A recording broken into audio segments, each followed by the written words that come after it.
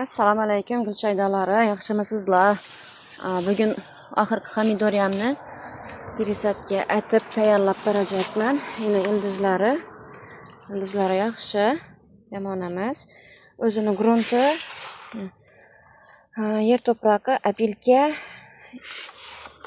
ozgina qum, xullas og'irroq to'proq. Pomidoriya grunt saylamaydi, beozor, bexor o'saveradi. Hozir ozgina potrashib etamiz gruntni ildizlarini.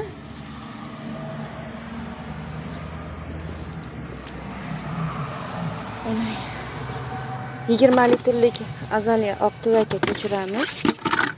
Tagini ozgina oddiy universal grunt solamiz. Bunga drenaj shart emas, chunki tuvakni o'zi kichkina.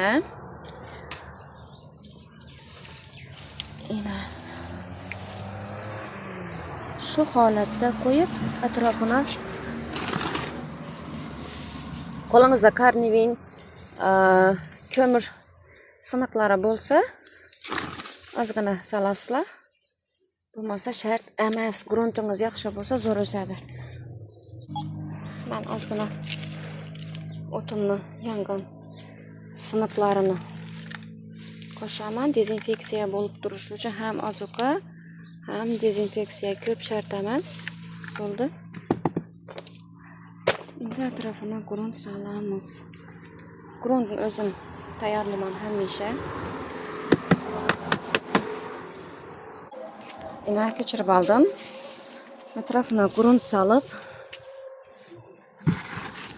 yaxshilab ozroq bosib berib,